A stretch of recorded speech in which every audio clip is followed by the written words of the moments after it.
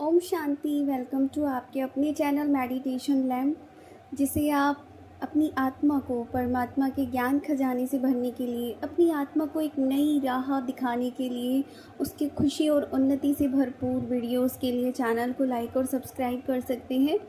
अभी अव्यक्त मुरली सीरीज़ चल रही है, जिसमें 1972 की मुरलीज़ को हम स्टडी कर रहे हैं। आज हम 12 जून की मुरली देखने जा रहे हैं, 12 जून 1972, जिसका टाइटल है रिफाइन स्थिति की पहचान। कि क्या पहचान होगी जिससे पता चल जाए आपकी स्थिति जो है वो रिफ़ाइन हो गई है। रिफ़ाइन का मतलब यहाँ पे ये है कि उसके अंदर कोई मिलावट नहीं है, मतलब वो हायर स्टेज की तरफ आप बढ़ते जा रहे हो, शुद्ध होते जा रहे हो। शुद्धता, उसको रिफ़ाइननेस बोला गया है। तो जो भी रिफ़ाइन चीज़ होती है, तो बाबा ने देखो यही बताया कि जब उसके अंदर ना क्वांटिटी ज़्यादा और क्वालिटी कम होती है, जो चीज़ रिफ़ाइन नहीं होती है, और जब रिफ़ाइन हो जाती है तो आप ना उसको थोड़ा सा ही डालोगे। जैसे होता है ना कि चीनी भी ना कई तरह की होती है। कुछ चीनी ऐसी होती है हाई क्वालिटी की, आप उसको थोड़ी सी मात्रा में डालते हैं। सपोज़ करो, चलो जो शुगर फ्री वाली जो टैबलेट्स होती है, कितनी छोटी सी एक टैबलेट होती है, और वो एक जो छोटी सी गोली होती है ना, वो 1 चम्मच चीनी के बराबर होती है। तो समझ रहे हो, यहाँ पे क्वांटिटी कम हो गई है, क्वालिटी बढ़ गई है। तो सेम यही चीज़ हमारी स्थिति के ऊपर जाएगी। तो वहाँ पे क्या होगा फिर? इससे कम समय, कम संकल्प और कम एनर्जी में जो भी कर्तव्य होगा ना, वो 100 गुना होगा, और हल्कापन भी हो जाता है। और हल्केपन की निशानी क्या होती है, क्या होगी? कि वो कभी नीचे नहीं आएगा, ना चाहते हुए भी खुद ही ऊपर स्थित रहेगा। तो ये होती है रिफाइननेस। देखो जो योगी होते हैं, उनका मन कितना शांत और स्थिर होता है, इसलिए उस अवस्था में वो जो भी संकल्प करते हैं, उनका संकल्प ज़रूर पूरा होता है। अब यही बात आप एक आम इंसान या फिर ऐसी आत्मा के ऊपर लेकर जाइए जिसके बहुत थॉट्स चल रहे हैं, बहुत वेस्ट, एकदम फास्ट गति से जो विचार चलते जा रहे हैं। आपको क्या लगता है, वो आत्मा अगर कोई संकल्प धारण करेगी तो उसका संकल्प पूरा हो जाएगा? नहीं हो पाएगा, क्योंकि उस संकल्प के अंदर पावर ही नहीं है। तो यहाँ पे क्या है? क्वांटिटी ज़्यादा है, क्वालिटी कुछ भी नहीं, ज़ीरो। इसीलिए कहा जाता है अपने मन को जितना जितना आप स्थिर करेंगे, वेस्ट को आप जितना जितना कट करेंगे, उसके बाद आप अपनी लाइफ को वैसा पाएंगे जैसा आप चाहते हैं। ठीक है?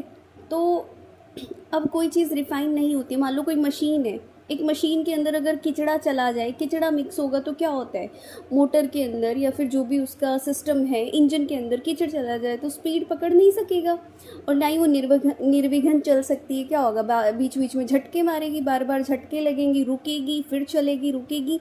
तो सेम यही हमारे साथ होता है, एक आत्मा की जर्नी में यही तो होता है कि स्थिति रिफाइन नहीं है, रुकेंगे, कभी छोटी छोटी बातें आएंगी, कभी फिर वो उठेंगे, फिर स्पीड कम हो जाएगी, कभी थक जाएंगे, कभी बैठ जाएंगे। तो ये इतनी सारी चीज़ें, भूलें होती हैं, संस्कार ऊपर नीचे होते रहते हैं। तो क्या होता है? बाबा बोलते फाइन भी बढ़ता जाता है। तो एक चीज़ को आप अंडरलाइन कर लेना, रिफाइन नहीं है तो मतलब जितना रिफाइन नहीं तो फ़ाइन समझो, फ़ाइन देना पड़ेगा आपको। और ये फ़ाइन छोटा मोटा नहीं होगा। ये बातें ना बड़ी इजी लग रही हैं, अभी बैठ के सुनाना बड़ा अच्छा लग रहा है, लेकिन जब समय आएगा तो ये ना हो कि हम पश्चाताप कर रहे हो इन चीज़ों के ऊपर बैठ के, कि इतना जाना भी, सुना भी, समझा भी, उसके बाद भी खुद को नहीं ठीक कर पाए। ज्ञान जब तक अंदर नहीं उतरता ना, तब तक वो क्या रहता है? अरे अच्छा है, बहुत अच्छा, कितना अच्छा सुनाया, हाँ बहुत अच्छे से समझ में आ गया। लेकिन क्या ये ज्ञान की स्टेज है? जब तक वो एप्लीकेशन में नहीं आता है, तब तक वो ज्ञान उस बुद्धि ने धारण किया ही नहीं, लिया ही नहीं, खाली सुना है। तो सुनने में और ग्रहण करने में बहुत फ़र्क होता है। बाबा ने क्या कहा?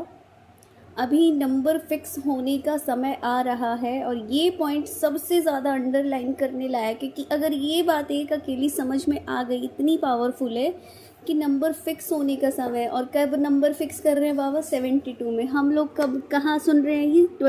2026 के अंदर, 26 के अंदर। तो अभी खुद देख लीजिए ये कौन सा समय है।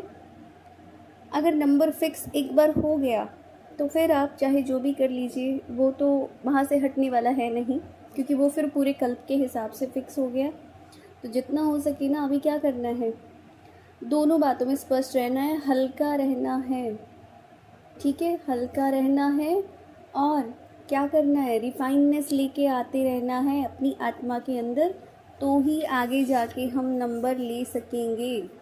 बाबा बोलते हैं कि मैं तो वतन से ये सीन देखता रहता हूँ तो बड़ा मज़े का खेल दिखाई देता है कि एक तरफ तो खुश होते हैं, दूसरी तरफ रहम पड़ता रहता है, तो दोनों चीज़ें बड़ी अति में चल रही हैं।